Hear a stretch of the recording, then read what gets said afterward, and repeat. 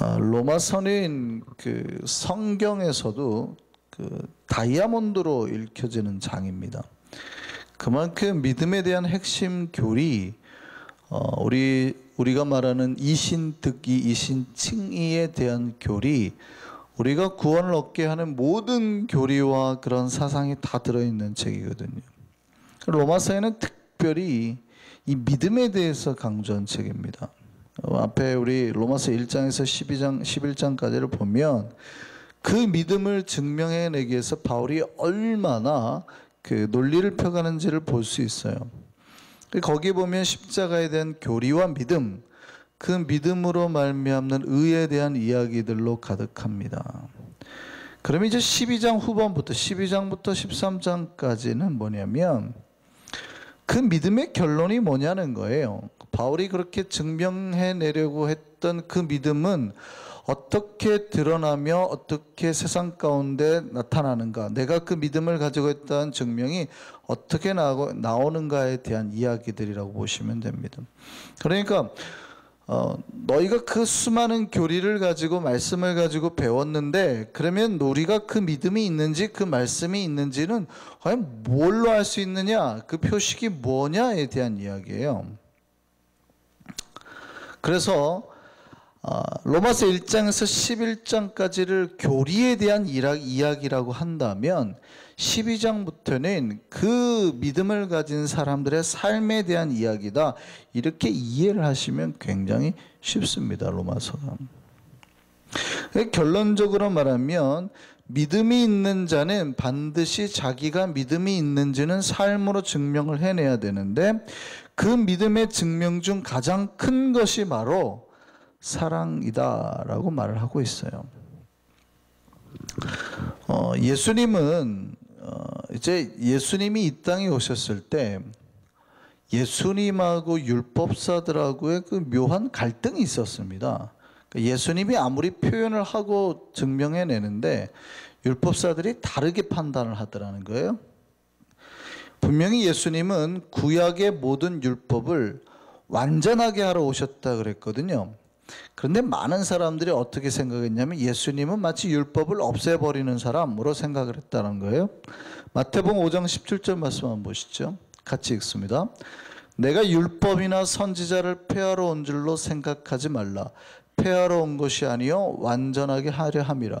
예수님이 이 얘기를 하신 이유는 예수님이 말씀을 전하니까, 예수님이 하나님의 나라를 선포하고 예수님이 이 땅에 온 하나님의 새로운 역사에 대한 가르침을 하니까 사람들이 어떻게 생각을 했냐면 저 양반은 율법을 없애려왔구나 라고 생각을 했다라는 거예요. 마치 이런 거죠. 어느 교회에 이제 목사님이 새로 부임해가지고 보니까 예배 틀을 바꿨습니다. 전통적인 예배 틀 대신에 앞에 부분에 묵상, 사도신경 이런 부분을 많이 없애버리고 찬양을 많이 하게 했어요. 그러니까 많은 신도들이 뭐라고 생각했냐면 우리 목사님은 예배 틀을 없애는 사람이구나, 예배 형식을 틀을 깨버리는 사람이구나 라고 생각을 했다라는 거예요. 그런데 사실은 그 목사님은 틀을 없애려고 했던 게 아니에요. 원래 그 틀이 하려고 했던 진짜 의미를 하려고 했다는 거예요. 묵상 기도를 우리가 왜 합니까? 처음에 하나님을 쉽게, 묵상을 원래 다른 의미도 있지만 굉장히 쉽게 가르쳐 드리면 묵하고 상하는 거라고 그랬다고요. 더 이상 사람의 말을 하지 않고 하나님을 생각하는 게 묵상이라고 굉장히 쉽게 제가 말씀드리는 거예요. 다른 의미들도 해석도 있겠지만, 그 다음에 우리가 찬양을 왜 하는 거예요? 하나님께 영광 돌리는 것도 되지만 하나님을 똑같이 모셔드리는 거죠. 그죠?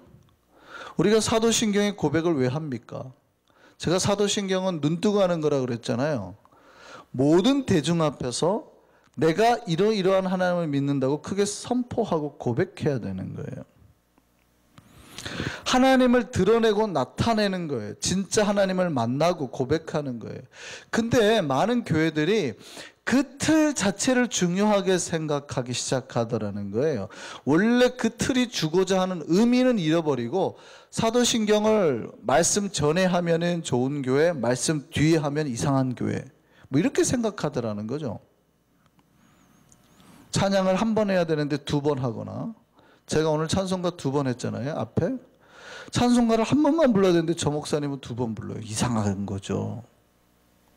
한 번 더 부르면 2단 될 수 있어요. 3번 부르면. 그러니까 원래 주려고 했던 진짜 의도는 잃어버리고 사람들이 뭐에 붙들리기 시작하더라면 틀에 붙들리기 시작하더라는 거예요. 뭐 저 양반이 뭐 이거를 했냐 안 했냐 뭐 이런 거에 붙들리기 시작하는 거죠. 그럼 원래 예배가 가지고 있는 성령의 임재나 하나님을 만나는 거나 하나님을 기쁘게 하는 그 본질은 사라지고 사람들이 뭐에 매이기 시작했다라는 거예요? 틀에 매이기 시작했다라는 거예요. 그러니까 이 목사님이 어떻게 해요? 아, 이분들은 지금 원래 이 예배 순서를 통해서 하나님을 만나려고 했던 본질의 의미가 퇴색되었고 예배 순서가 좀 문제가 있군 하고 앞에 예배 틀을 싹 없애버리고 찬양 가운데 계속 하나님을 만나게 하는 거예요. 그게 괜찮을까요? 안 괜찮을까요? 대답들이 없으시네. 그래도 꼭 기도하고 찬양 하나 하고 기도하고, 한국 예배의 틀이 그거래요. 기도 찬양 이거래요. 꼭 기도하고 찬양하고 기도하고 찬양 이렇게 해야 되겠어요? 찬양 기도 하면 안 돼요?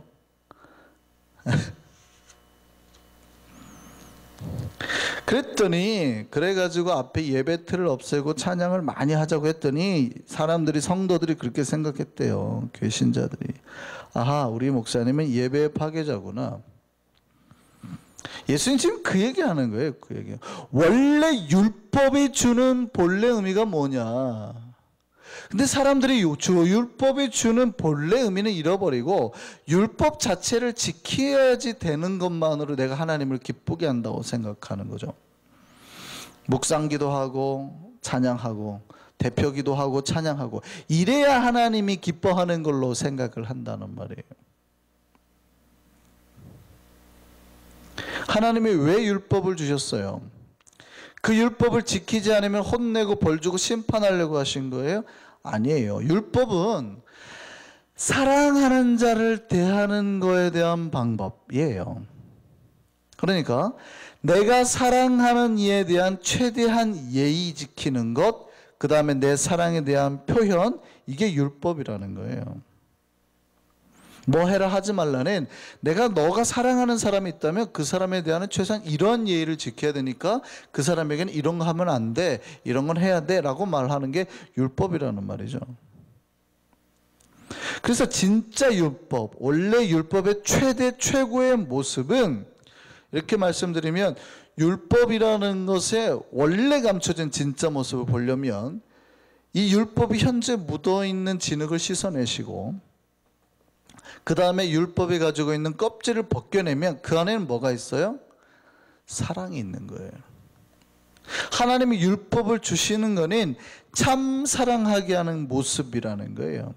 그래서 이 율법의 정신을 깨달은 사람은 반드시 그의 삶에서 뭐가 드러나요? 사랑이 드러나요. 하나님의 말씀을 제대로 만난 사람, 하나님을 제대로 만난 사람은 그래서 그의 삶에서 사랑이 드러나게 돼 있어요. 이 율법의 참 정신을 깨달은 바울이 이렇게 말합니다. 갈라디아서 5장 14절입니다. 같이 읽겠습니다.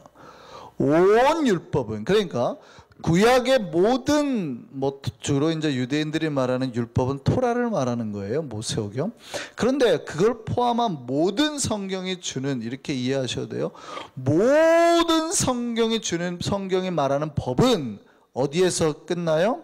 내 이웃 사랑하기를 내 자신같이 하라 하신 한 말씀에서 이루어졌나니.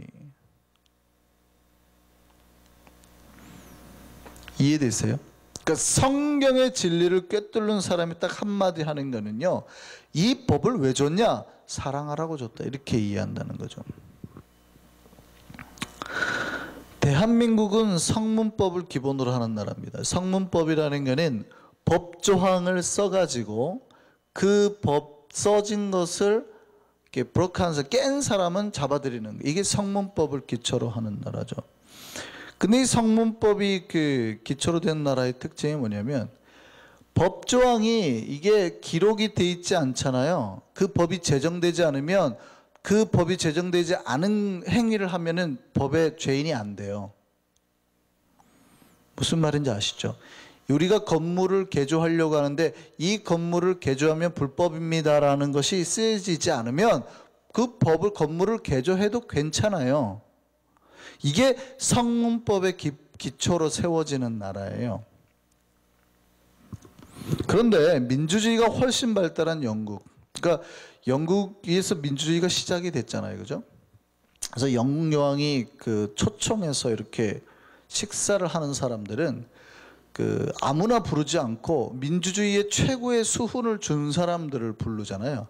그래서 노무현 대통령이 됐었을 때 노무현 대통령이 그 영국 여왕의 초청을 받아서 간 적이 있습니다. 근데 물론 언론들은 대한민국 언론들은 그거를 거의 공개를 안 했습니다. 그 이유는 노무현이라는 사람이 민주주의의 수호자라는 게 밝혀지면 정치적으로 자기에게 불리하기 때문에 언론이고 뭐고 전체 발표를 안 했죠. 근데 영국 여왕에게 가서 식사를 같이 접견을 한 적이 있죠. 영국은 민주주의의 최고 성지거든요. 근데 민주주의가 발달한 영국은 독특합니다. 성문법보다는 불문법을 써요. 불문법이라는 얘기는 법조항이 없다는 뜻입니다. 물론 영국이 성문법처럼 법이 기록되어 없다는 뜻은 아니고요. 법은 있지만 비록 법의 내용이 써 있지 않더라도 사람들이 보고 상식선에서 이게 문제가 된다 그러면 그게 불법이 될 수 있어요. 무슨 말인지 아시겠어요? 지금 이 건물을 개조를 했어요. 근데 원래는 개조하면 걸립니다라는 법이 있으면 걸리겠지만 영국은 달라요. 그런 법조항이 없더라도 이게 건물을 개조하는데 주변 사람들에게 문제가 되거나 이 건물이 무너질 위험이 있어서 여기가 파괴될 가능성이 있는데 알고도 지었잖아요. 그럼 판례상 영국은 죄가 되는 거예요. 영국은 불문법 기준으로, 그러니까 판례를 기준으로 나아가는 거예요. 판례를, 그러니까 대한민국은 배심원이 없죠. 판사가 다 판별을 해버리잖아요. 근데 영국에는 배심원이라는 사람이 있어요. 그러니까 상식을 가진 사람들이 판단을 하고 구형은 판사가 할 뿐이에요. 그러니까 이 영국의 불문법에 영향을 받은 미국이 그래서 배심원 제도라는 게 있는 거예요. 주리들이 있는 거죠. 그 얘기는 뭐냐면 법조항이 없더라도 상식선에서 이것이 불법이다 그러면 사람들이 판단해내고 그걸 할 수 있다는 거예요. 훨씬 민주주의가 발달한 사회에 무슨 얘기인지 아시겠어요? 미국이나 영국이 추진하는 배심원 제도라는 건 뭐냐면 그 법 자체를 지키라고 하는 것이 아니라 원래 법이 주려고 하는 목적이 뭐냐는 거죠. 사람을 심판하고 판단하는 게 아니라 법이 없더라도 사람들은 어떻게 살아야 돼요? 상식과 예의와 사랑과 관계로 살아야 된다. 그러니까 민주주의가 훨씬 발달한 사회에서는 오히려 그거를 추구하는 거예요. 똑같아요. 율법을 원래 아는 사람은요, 율법의 본래 뜻을 아는 사람은 율법 자체를 지키는 게 아니라 율법이 원래 주려 했던 사랑을 하기 위해서 몸부림치는 거예요. 이게 원래 율법의 진짜 의미이기 때문이죠. 그래서 우리가 십계명을 가지고 보죠. 하나님 말고 다른 신을 섬기지 않는 이유가 뭐예요? 하나님 말고 다른 신 섬겼다가는 목이 달아나니까, 그냥 복을 못 받으니까. 이거예요? 제가 말씀드렸죠. 십계명을 우리가 지키는 이유는 단 한 가지예요. 사랑하기 때문에 하나님을. 하나님 말고 다른 우상을 만들지 않는 이유는 뭐예요? 하나님의 이름이 함부로 일컬어지기를 원하지 않는 이유도, 우리가 안식일을 기억해서 지키는 이유도 다 뭐예요? 하나님을 사랑하니까. 그 하나님을 안 사랑하는 사람이 아무리 열심히 안식일을 지켜봤자 죄송한데 복을 못 받는 거예요. 그 율법은 지키지만 진짜 율법의 원래의 모습인 사랑을 안 지키는 거거든요. 똑같이 대입합니다. 부모를 공경하는 이유, 살인하지 않는 이유, 도둑질하지 않는 이유, 간음하지 않고 이웃에 거짓 증거하지 않는 이유, 이웃의 물건 탐내지 않고 이웃의 아내를 건드리지 않는 이유 뭐예요? 사랑 때문이에요. 사랑 때문에. 도둑질 했다가는 잡혀갈까 봐? 아니라고요.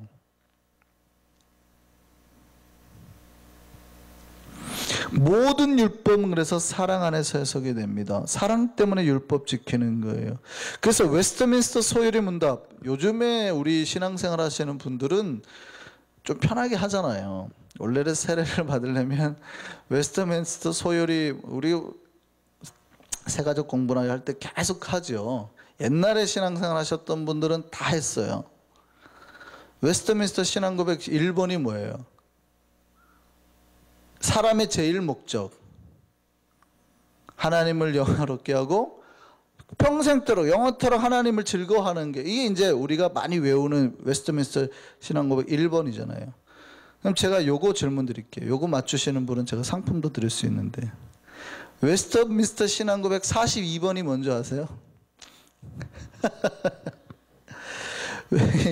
웨스트민스터 소율이 문제 42번 질문이 이거예요. 10계명의 대강령은 무엇인가예요?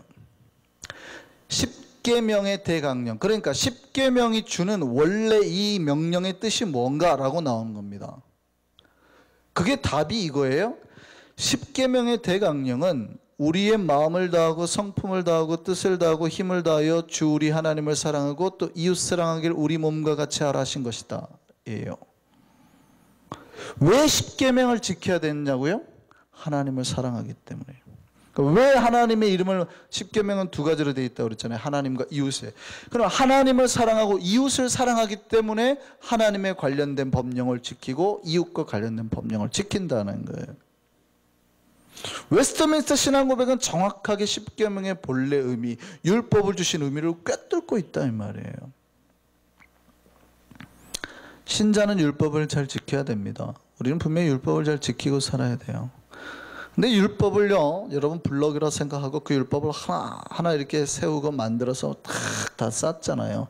그리고 마지막까지 율법의 한 점을 탁 올려서 맞추면은 그 마지막에 뭐라고 되어 있냐면 사랑이라는 두 글자로 만들어지는 거예요. 율법을 다 지키면, 하나님을 사랑하고 이웃을 사랑하는 게 율법의 완성이거든요. 예수님은 그러니까 율법의 완성인 사랑을 얘기했는데, 율법사들은 예수님이 율법을 파괴하는 걸로 이해하더라는 거예요. 이거 이해되시죠?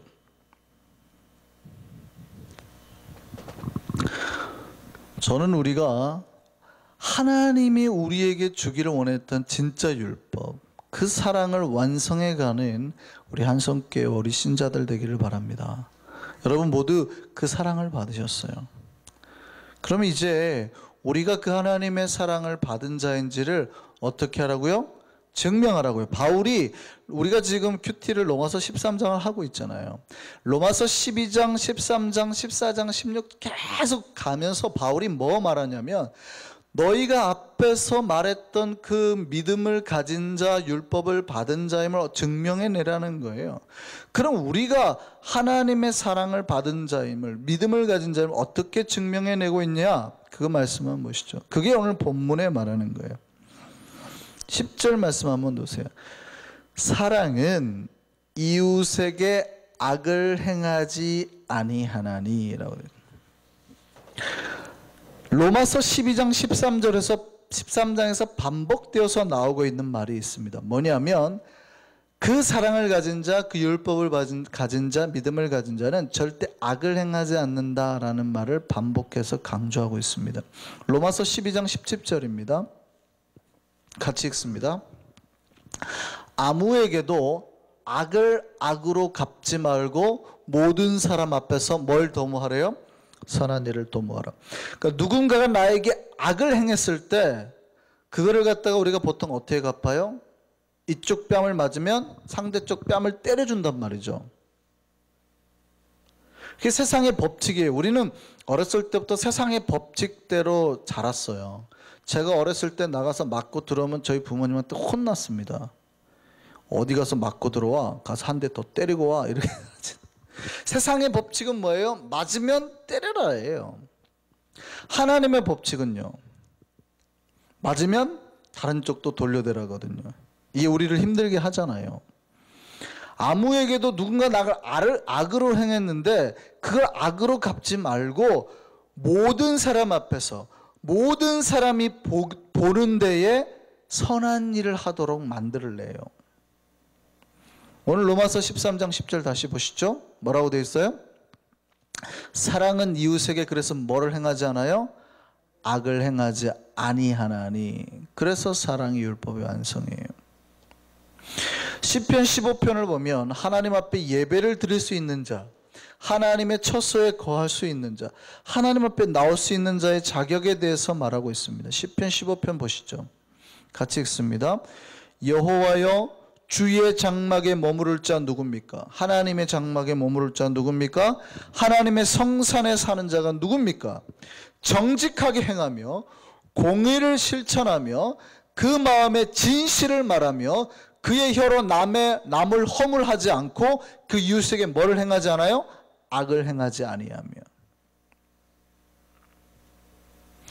뭐 하지 않는 사람이어야 된다는 거예요? 이웃에게 악을 행하지 않는. 이게 사랑의 기초라는 거예요.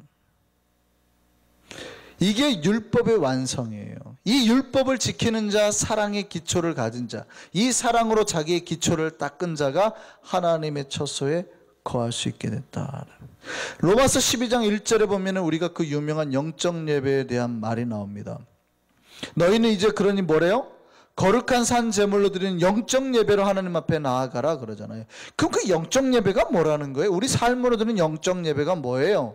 오늘 말씀과 연결돼서 지으면 이웃에게 악을 행하지 않는 거예요. 믿음이 있는 자는 이웃에게 악을 행할 수가 없는 거예요. 신령과 진정으로 예배를 드리는 자, 영과 진리로 예배를 드리는 자는 이웃에게 악을 행할 수가 없는 거예요. 왜? 사랑이 율법의 완성이거든요. 우리는 사랑의 하나님을 만난 자로 진짜 율법의 완수자가 되기를 소망합니다. 주께서 우리 안에 당신의 사랑을 온전히 채우시기를 원합니다. 주의 사랑에 채워질 때에만 우리가 율법을 지킬 수가 있어요. 참 사랑을 할 수 있다 이 말이에요. 우리가 해야 될 건 뭐예요? 기도하는 거예요. 주의 사랑으로 나를 채워, 주님의 사랑으로 나를 부어달래. 마치 폭포 아래서 주께서 막 그 폭포에 물을 쏟듯이 사랑으로 나에 쏟아달라고. 온전히 그 사랑의 은혜 가운데 날마다 거하는 저와 여러분 되기를 바랍니다. 한성교회가 진짜 그 율법의 은혜가 넘쳐나는 교회가 되기를 소망합니다. 찬송가 304장 하나님의 사랑을 생각하시면서 같이 고백하겠습니다.